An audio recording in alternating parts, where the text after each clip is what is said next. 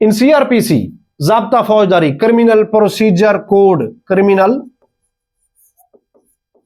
Procedure, P से procedure code, criminal procedure code Urdu में क्या कहते हैं? ज़ाब्ता फौजदारी, ज़ाब्ता फौजदारी। अरेस्ट, गिरफ्तारी, how made comes in which section, यानी गिरफ्तारी किस तरह की जाएगी।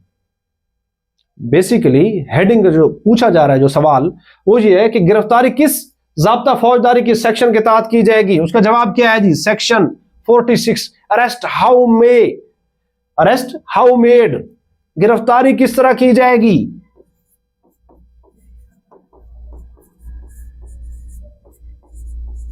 गिरफ्तारी किस तरह की जाएगी। जैसे अभी हमने पढ़ा कि औरत की गिरफ्तारी क्या ज़ाब्ता था, डिस्कस किया हमें।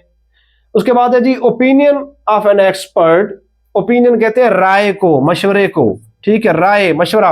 ऑफ एन एक्सपर्ट, माहिर, एक्सपर्ट जो माहिर होते हैं, जो माहिरीन होते हैं। डॉक्टर हो गया, जख्मों का जो मेडिकल किया जाता है, MLC जो ली जाती है, क्या ली जाती है जी? MLC जो ली जाती है वो डॉक्टर से ली जाती है। इसी तरीके से फॉरेंसिक वगैरह का जो चीजें हैं वो फॉरेंसिक के एक्सपर्ट से जो है ना उनकी राय मालूम की जाती है। तो opinion of an expert is dealt, dealt mean deal करना, उसके में कौन सी सेक्शन उसके साथ डील करती है? तो अंडर आर्टिकल, ठीक है, अंडर आर्टिकल, किसका आर्टिकल? उसने हवाला दे दिया है QSO, ये आपको पता होना चाहिए, कानून शहादत, S से शहादत, कानून शहादत का वो पूछ रहा है, ऑर्डिनेंस, ऑर्डर 1984, वो उसका पूछ रहा है कि कानून शहादत ऑर्डिनेंस 1984 का कौन सा आर्टिकल है जो महरीन के राय से रिलेटेड है। उसका जवाब है जी आर्टिकल 59। आर्टिकल 59 जो है ज़ाब्ता फौजदारी का, किसका? ज़ाब्ता फौज अपना सॉरी QSO का, कानून शहादत ऑर्डर का, QSO का आर्टिकल 59 वो कहता है जी महरीन की राय जब तलब की जाएगी वो कोर्ट में आएंगे और वो अपनी राय को देने के पाबंद होंगे। नेक्स्ट क्वेश्चन क्या है? Mode of searching of women is discussed in which section of CRPC? 52 CRPC, ये डिस्कस हो गया। सेक्शन 155, 155 यानी 155 ज़ाब्ता फौजदारी, CRPC ज़ाब्ता फौजदारी, ठीक है, ज़ाब्ता फौजदारी सेक्शन 155 ज़ाब्ता फौजदारी इज रिलेटेड विद, किसके साथ रिलेटेड है? नॉन कॉग्निजेबल ऑफेंसेस, नाकाबिले दस्तअंदाजी जराइम, नाकाबिले दस्तअंदाजी जराइम। अब क्या होता है आपको पता है, जो हमारी FIR होती है, FIR, first information report, first information, R से बनेगा रिपोर्ट। ये किस ज़ाब्ता फौजदारी के तहत की जाती है? तो इसका जवाब है जी 154, 154 ज़वाद फे ज़ाब्ता फौजदारी CRPC 154 के तहत FIR दर्ज होती है थाने के अंदर। यहां पे सवाल में उसने पूछा 155, और FIR आपको पता है क्या होती है? काबिल दस्तअंदाजी जुर्म की इतला होती है। तो इतला कैसे दर्ज की जाएगी? एक बंदा है, क्या फोन के ऊपर FIR दर्ज हो सकती है? नहीं। क्यों? क्योंकि जो शिकायत कुनिंदा है नालिश है। कौन है जी? नालिश। आपको टर्म्स भी आने चाहिए लॉ के अंदर, क्योंकि टर्म्स भी पेपर में आ सकती हैं, तो आप टर्म से वाकिफ होंगे तो आपको समझ आएगी। नालिश किसे कहते हैं? कंप्लेंट को कहते हैं। सिंपल बात है जी, कंप्लेंट। नालिश वो होता है जो कंप्लेंट दर्ज कराता है, जो कंप्लेंट दर्ज की जाती है। शिकायत कुनिंदा, शिकायत दहिंदा, कंप्लेनेंट जो थाने में आता है, अपनी इतला देता है अपने काबिल दस्तअंदाजी जुर्म के दर्ज कराने के लिए, वो नालिश होती है, कंप्लेंट होती है। इसी तरह से लगा तो आपको एक और टर्म भी बताते जाए, प्रिमा फेशिया। प्रिमा फेशिया लैटिन टर्म है, प्रिमा फेशिया। प्रिमा फेशिया क्या चीज है? प्रिमा फेशिया देखते ही बंदे को पता चल जाए जी ये तो खुदकशी का केस है, या देखते ही पता चल जाए ये तो जी कत्ल हुआ है, पड़ा है जी इसमें, क्लियर बात है, ठीक है। प्रिमा फेशिया यानी कि इसको कहते हैं at first sight. Prima facie का जो मीनिंग बनता है वो बनता है at at first sight, at first sight या पहला इंप्रेशन, देखते ही पता चल जाए तफ्तीशी को, पुलिस वाले को कि किस चीज का केस है, उसे कहते हैं प्रिमा फेशिया। बहरहाल नालिश, इस तरीके से कन्फेशन, इकबाल जुर्म करना, कन्फेशन। तो मैं अर्ज ये करना चाहता हूं आपको, इस तरह की जो टर्म्स हैं, जो लॉ की हमारी टर्म्स हैं, जो हमारे कानून ताजरात पाकिस्तान में डिस्कस होती हैं, आपको आने चाहिए। उसमें एक लफ्ज है जी, फॉर एग्जाम्पल कन्फेशन, इसे उर्दू में कहते हैं इकबाल जुर्म, इकबाल जुर्म, कन्फेशन कहते हैं उसे। बहरहाल FIR 154 CRPC के तहत थाने में रिकॉर्ड हुई, फोन पे इतला नहीं हो सकती क्योंकि उस पे दस्तखत होते हैं। जो नालिश आता है, जो कंप्लेंट लेके थाने में आता है, मुदई होता है जो, वो जब वाकये की इतला देगा तो उस पे वो अपने दस्तखत करेगा, अंगूठा लगेगा। और आपको पता है FIR के कितने खाने होते हैं? 6 खाने होते हैं। FIR के 6 खाने होते हैं। इसमें 3 किस्म का वक्त होता है। पहले नंबर शुमार होता है, नंबर शुमार उस साल के हिसाब से, नंबर के हिसाब से जो थाने में तरतीब से FIR चल रही होती है। फॉर एग्जाम्पल 620/24, 24 का क्या मतलब है? साल 2024, ठीक है, नंबर शुमार। फिर आगे हम देखें तो थाना, जिला, फिर उस पर CTS, फॉर एग्जाम्पल जो थाने का जो फ्रंट डेस्क का वो कोड होता है वो लगता है, ई टैग नंबर जिसे कहते हैं वो लगता है। उसके बाद क्या होता है? उसके बाद होता है जी तारीख व वक्त, तारीख व वक्त वकुआ, यानी कि जब वाकया हुआ था, जब जिसकी इतला वो करा रहा है, वो कब की इतला है, उसमें टाइम और डेट लिखी जाती है। फिर खाने शुरू हो जाते हैं इस तरीके से FIR के। जो पहला खाना है उसमें है तारीख व वक्त रिपोर्ट, रिपोर्ट कब कराने वो आया हुआ है, उस वक्त की रिपोर्ट। फिर उसके सामने लिखा होता है बाहवाला रपट नंबर फलां फलां, क्योंकि रपट नंबर रोजनामचे में जो हमारा रजिस्टर नंबर 2 है उसमें उसकी इतला पहले दर्ज की जाएगी, फिर FIR, वो सारा प्रोसेस है। FIR का जो है पहला आपको पता है रजिस्टर है थाने के अंदर, दूसरा रोजनामचा है, ठीक है, तीसरा अहकाम कैमुल अमल, जिसको अंग्रेजी में कहते हैं स्टैंडिंग एंड सर्कुलर ऑर्डर, जो रजिस्टर 3 है। 4 क्या है? रूपोशान व मफरूरान। 5 क्या है? खत्तो किताबत, ठीक है। फिर 6 है जी, फिर 7 है, इसी तरह 25 तक जा रहे हैं जी। 6 मुतफर्रिक है, मिससेलेनियस इसे अंग्रेजी में कहते हैं। करेक्टर सर्टिफिकेट के बारे में, किसी के किरदार के बारे में वो सारा उसमें रिकॉर्ड रखा जाता है। 7 हज़फ हो चुका है, फाटक मवेशिया था वो यूनियन काउंसिल के पास चला गया है। 8 उसके 2 हिस्से हैं, सर्च स्लिप, पैरवी मुकदमात। 9 रजिस्टर क्राइम है, क्राइम रजिस्टर, जराइम दहिया, उसके 5 हिस्से हैं। निगरानी बदमाशा 10 है। 11 इंडेक्स हिस्ट्री शीट है। मैं इसमें डिटेल में नहीं जाता, बहरहाल ये 25 तक है। इसको हम इंशाल्लाह क्लास में अलग डिस्कस करेंगे जब आप ज्वाइन करेंगे। इंशाल्लाह क्लास ज्वाइनिंग के लिए आप इस दिए गए नंबर के ऊपर आप आसानी से रब्ता कर सकते हैं। तो नेक्स्ट क्या क्वेश्चन है जी? FIR क्या हो गया? इसमें नाकाबिल दस्तअंदाजी। FIR के अंदर क्या होता है? काबिल दस्तअंदाजी। ये 154 के तहत दर्ज होती है। अगर नाकाबिल दस्तअंदाजी इतला है, वो किसके तहत दर्ज की जाएगी और उसका प्रोसेस क्या है? वो होगा 155 ये लिखा हुआ है जी, 155 CRPC। उसमें क्या होता है? एक बंदा आया थाने में, उसने कहा जी फलां बंदे ने मुझे धमकी दी, क्रिमिनल इंटीमिडेशन की, क्रिमिनल इंटीमिडेशन,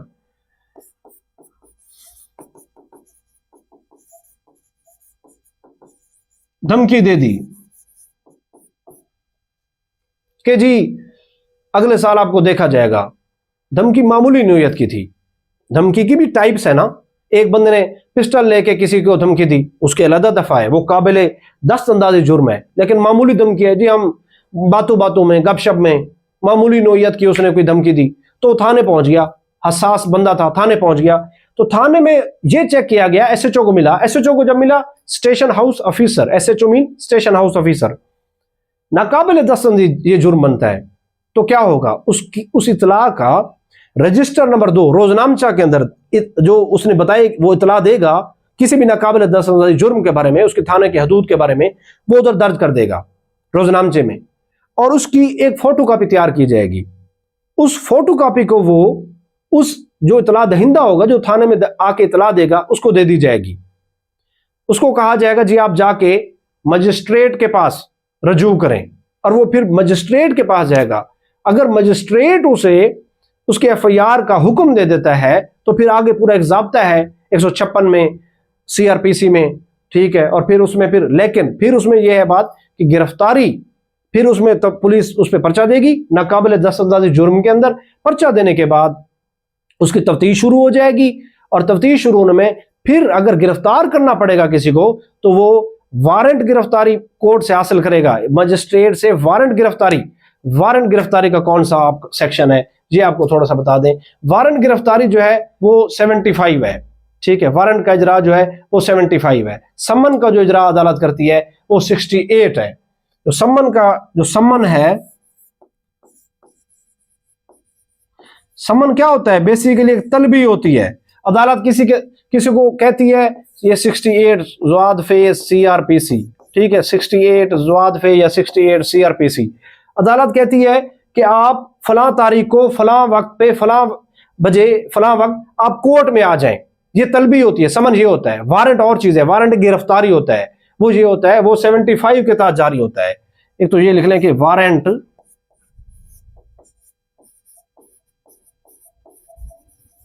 वारंट जो है वो सेक्शन 75, कौन सा, ज़ाब्ता फौजदारी का 75 CRPC का, ज़ाब्ता फौजदारी के तहत मजिस्ट्रेट 75 के तहत वारंट गिरफ्तारी जारी करता है कि जहां मुल्जिम मिले उसे फौरन गिरफ्तार कर लें। समन में क्या होता है, जब तामील कुनिंदा ने अदालत के समन की तामील कर दी तो समन खत्म हो जाता है। वारंट गिरफ्तारी तब तक खत्म नहीं होता जब तक मजिस्ट्रेट उसे खुद खत्म ना करे। बहरहाल अब हम नेक्स्ट चलते हैं।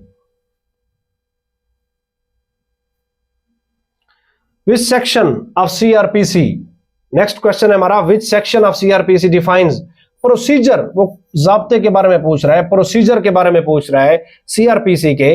When investigation can not be completed in 24 hours, investigation can not be, नहीं हो सकती, कंप्लीट मुकम्मल, अगर 24 घंटे के अंदर तफ्तीश मुकम्मल नहीं हो सकती, इन्वेस्टिगेशन मुकम्मल नहीं हो सकती, तो उसका क्या प्रोसीजर है। उसका पता है आपको, जिस्मानी रिमांड लिया जाता है, फिजिकल रिमांड लिया जाता है। जिस्मानी यानी फिजिकल रिमांड, जिस्मानी remand, physical remand section 167 CRPC के तहत लिया जाता है। और जुडिशियल रिमांड, वो फिर उसकी क्या सेक्शन आप समझते हैं, जुडिशियल रिमांड की क्या सेक्शन है CRPC की, वो है 344।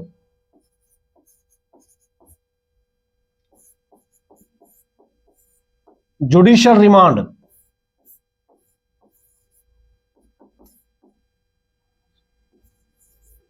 ठीक है, judicial remand, judicial remand 344 CRPC ज़ाब्ता फौजदारी, उसमें जुडिशियल रिमांड और फिजिकल रिमांड 167 में जिस्मानी फिजिकल रिमांड लिया जाता है वक्फों से। बहरहाल एक और होता है ट्रांजिट रिमांड, राहदारी रिमांड।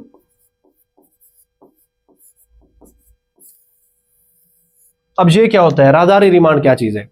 इसकी मिसाल ये है, एक बंदे ने लाहौर में कत्ल किया, कत्ल की FIR थाने में दर्ज हो गई, तो अब वो भाग के अपनी गिरफ्तारी से बचने के लिए पेशावर चला गया। अब जो पेशावर की पुलिस है वहां पे मुल्जिम पाया गया, तो पेशावर की पुलिस ने उस मुल्जिम को वहां पकड़ लिया। यूं समझ लें ई चौकी चेक कर रही थी, जैसे हमारी पंजाब पुलिस पोस्ट है, पोस्ट है जो हम ई चौकी का डेली हम इस्तेमाल करते हैं, उसमें उसका रिकॉर्ड देखा ये तो मुल्जिम है। उन्होंने पकड़ के थाने में बंद कर दिया, रोजनामचे पर रपट लिख ली, और उन्होंने राब्ता किया लाहौर की पुलिस के साथ, और लाहौर की पुलिस को कहा आपका मुल्जिम यहां हमारे पास फलां थाने में है, आप आए ले जाएं। लाहौर की पुलिस पहुंची, अपनी पहले वो DPO से इजाजत लेगी। लाहौर की जो पुलिस है वो पहले DPO डिस्ट्रिक्ट पुलिस ऑफिसर से परमिशन लेगी, इजाजत लेगी। किस चीज की इजाजत लेगी कि हमारा जो मुल्जिम है, जो 302 का जो भागा हुआ है, पेशावर में पकड़ा गया है, हमें इजाजत नामा दें, हम जाकर वहां पर उस मुल्जिम को पकड़ कर ले आए। पेशावर की DPO साहब ने इजाजत दे दी। पेशावर की पुलिस लाहौर की पुलिस रवाना होगी, पेशावर पहुंच गई, और मुतलका वहां पे मजिस्ट्रेट के पास जाएगी, पहले वो सेशन जज के पास जाएगी, फिर उसके बाद वो सेशन जज उनको रेफर करेगा इलाका मजिस्ट्रेट के पास, और वहां से वो राहदारी रिमांड लेंगे उस बंदे का, वहां उस थाने में आमद रवानगी करेंगे उस बंदे को। इसको सफरी रिमांड भी कहते हैं ना, सफरी, सफर में। फिर वो 1 दिन का रिमांड उसको दिया जाएगा उस पुलिस को, फिर उसको लेके वापस लाहौर आया जाएगा, और लाहौर में फिर उसकी आगे तफ्तीश होगी, फिर उसका आगे फिजिकल रिमांड होगा, और फिर वो जुडिशल होगा। बहरहाल तो आगे है जी, जो नेक्स्ट क्वेश्चन है, विच आर्टिकल ऑफ QSO कानून शहादत आर्डर 1984 डिफाइंस accomplice, इसका मीनिंग बनता है शरीके जुर्म। शरीके जुर्म कौन सा आर्टिकल कानून शहादत का डेफिनेशन करता है, तारीफ करता है accomplice की? इसका जवाब है 16। शरीके जुर्म को माफी भी दी जा सकती है, शरीके जुर्म को माफी भी दी जा सकती है, उसे कहते हैं tender of pardon to accomplice। उसे क्या कहते हैं? Tender of pardon to accomplice। Tender of pardon to accomplice 337 में है, ठीक है जी। Tender of pardon to accomplice किस में है? 337। ये CRPC है, 344 तक है ये, इसका पूरा जाब्ता इधर बयान किया गया, 337 से लेके 344 तक जाब्ता फौजदारी में। इसमें क्या जी है, क्या चीज है? शरीके जुर्म को माफी की पेशकश, शरीके जुर्म को माफी की पेशकश।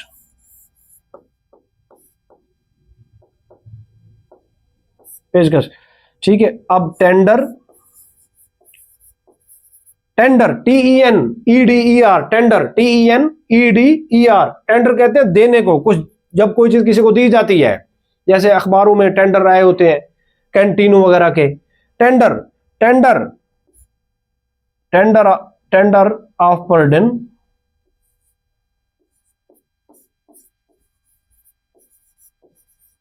पर्डन कहते हैं माफी को,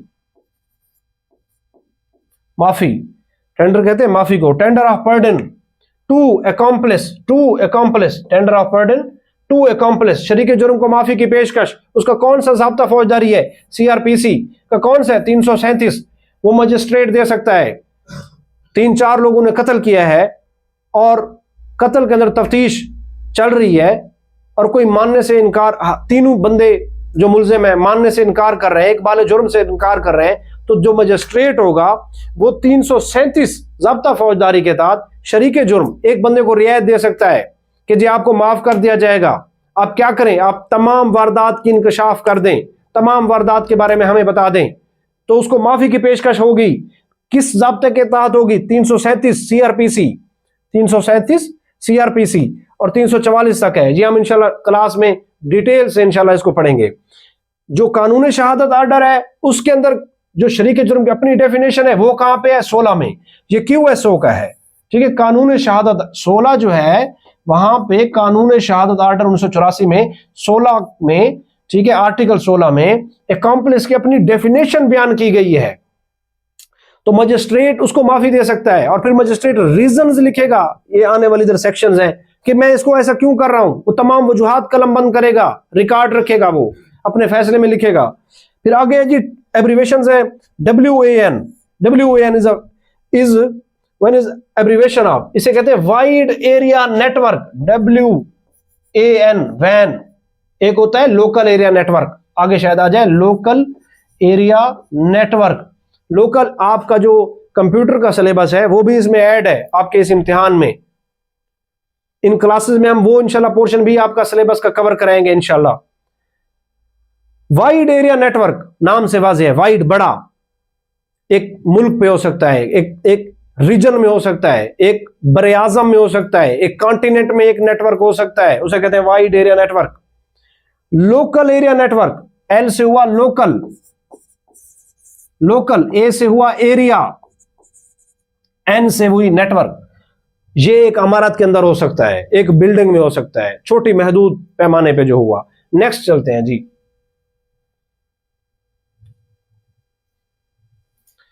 अगला सवाल है हमारे पास, what should be done with the crime scene. What should be done with the crime scene.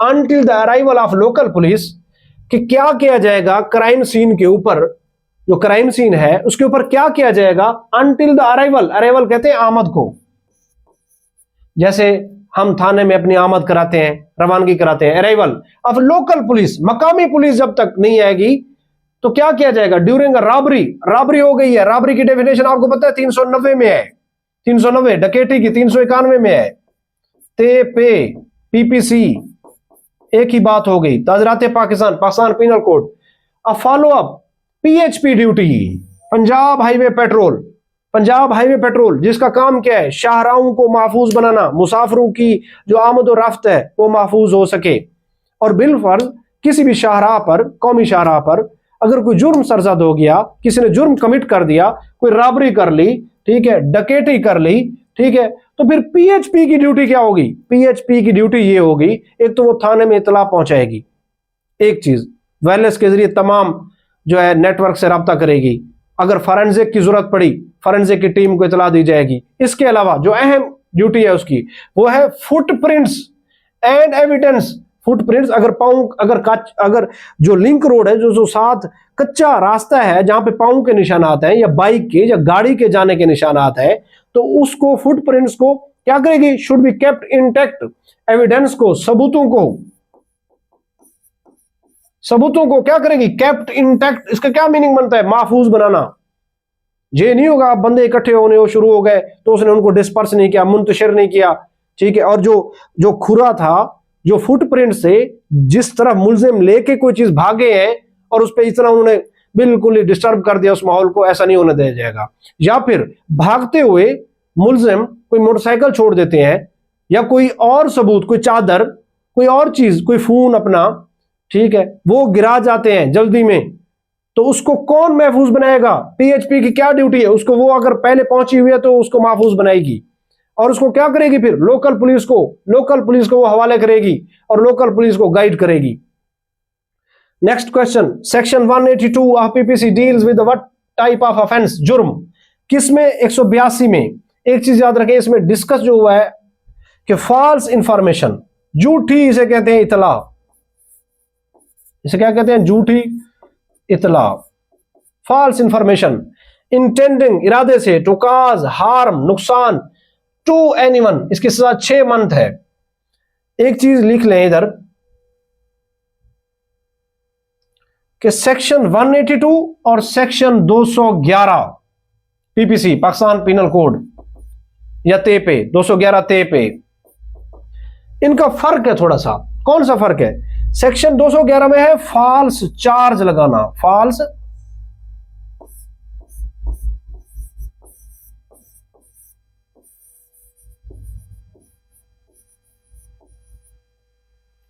Charge लगाना, झूठा चार्ज लगाना।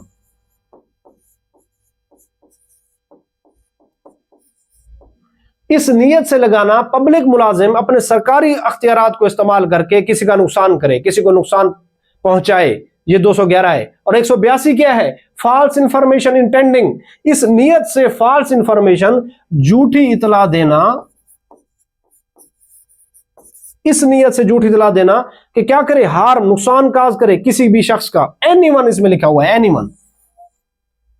यह फर्क यह है इनमें, यहां पे एनीवन है, 182 के अंदर एनीवन है, कोई भी शख्स हो सकता है। 211 में लिखा हुआ है फॉल्स चार्ज लगाना, नॉमिनेट कर देना, किसी को नामजद करके देना।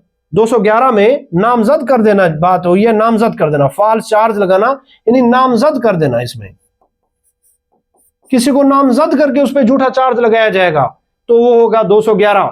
झूठी इतला दे दी, थाने में आया, उसने झूठी इतला दे दी तो वो किस में लाई करेगी, 182 तेपे में लाई करेगी, 182 तेपे में। और सजा क्या है इसमें, 6 मंथ है, किसमें, 182 के अंदर 6 माह की सजा दी जाएगी। नेक्स्ट क्वेश्चन,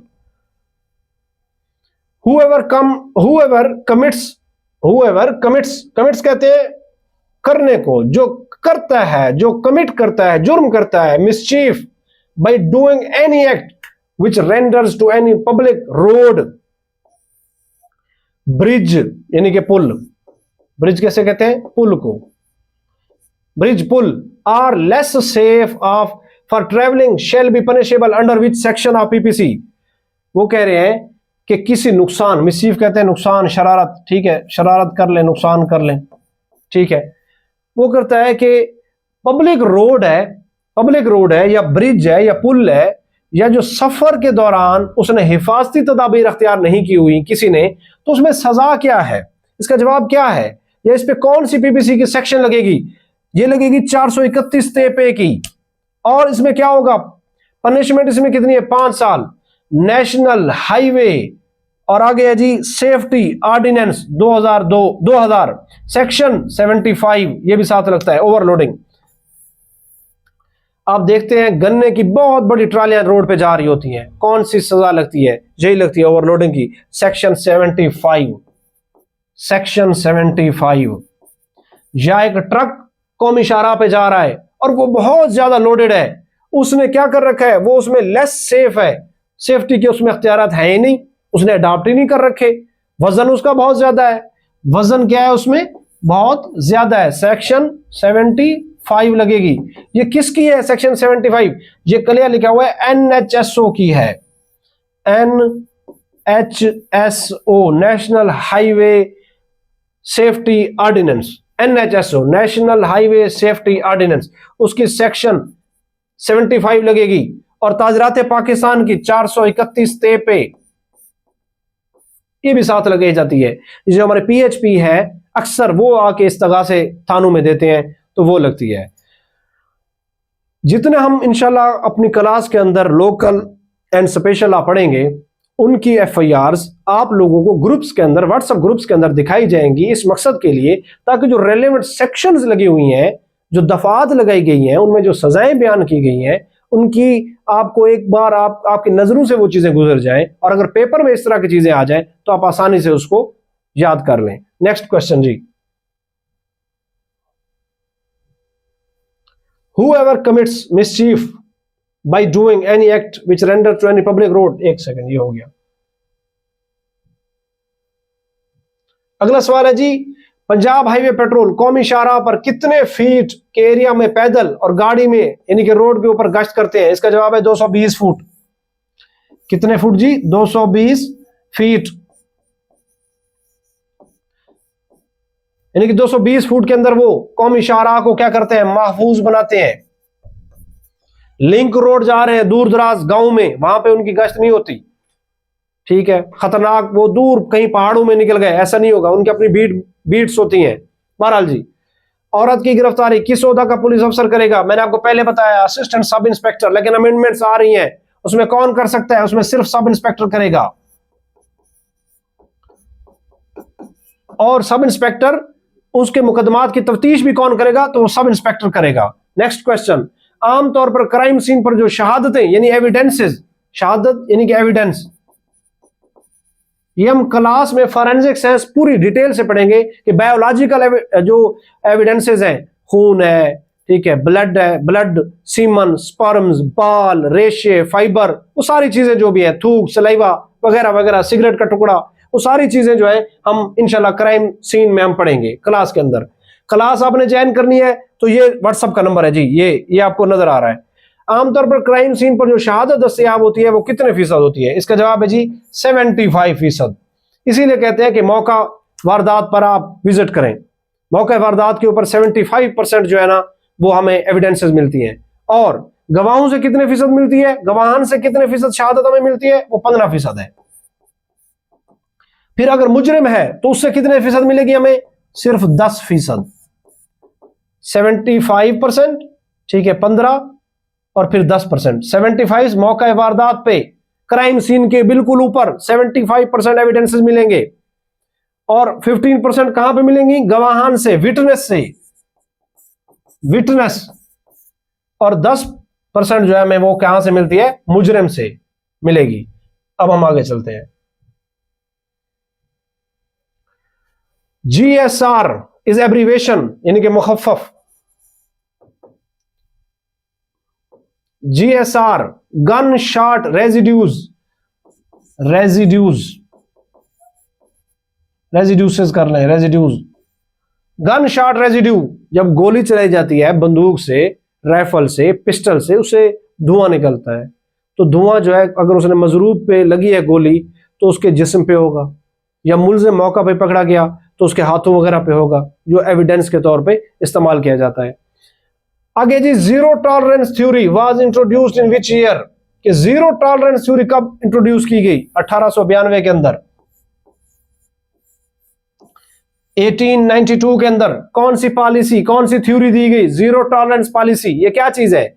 यह है कि छोटे छोटे जराइम को भी नजरअंदाज ना किया जाए, उनका खात्मा किया जाए, उनका तदारुक किया जाए। तदारुक मीन प्रिवेंशन, उनसे बचा जाए, गश्त को मौसर बनाया जाए ताकि क्राइम हो ही ना, प्रिवेंशन की जाए और उनका तदारुक किया जाए। अच्छा जी, आपका टॉपिक है क्राइम कंट्रोल स्ट्रेटेजीज, उसके अंदर बड़ी जबरदस्त सी हम इंशाल्लाह आपको मालूमात फराहम करेंगे जब क्लास होगी इंशाल्लाह। What is polygraph test? Polygraph test क्या होता है जी? ये पॉलीग्राफ टेस्ट, एक सेकेंड, पॉलीग्राफ टेस्ट इधर लिख रहे हैं, polygraph test.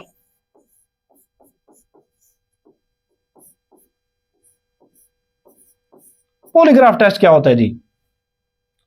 Polygraph test is used to check whether accused, मुल्जिम या कोई क्रिमिनल या कोई भी शख्स जो मुश्तबा है, मुश्तबा गान में से है, मुश्तबा रवैया रखता है, मुश्तबा शख्स है, पर्सन इज इनोसेंट और गिल्टी, मासूम है, इनोसेंट